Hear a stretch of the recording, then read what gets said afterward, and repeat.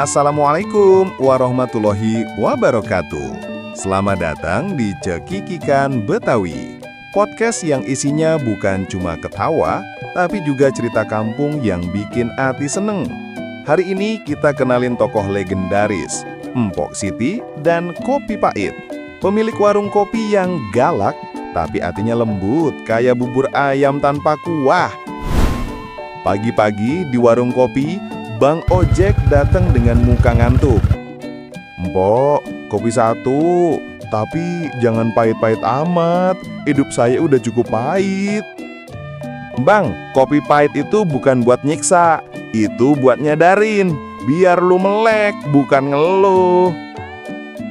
"Mpok, saya melek, tapi dompet saya masih tidur."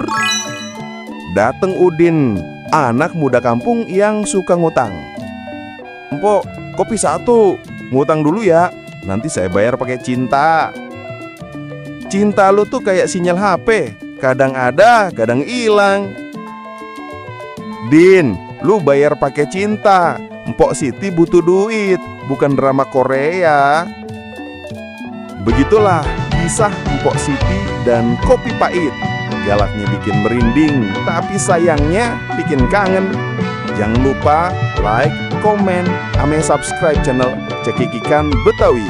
Sampai ketemu di episode berikutnya ya. Yang pasti lebih kocak dari polisi tidur.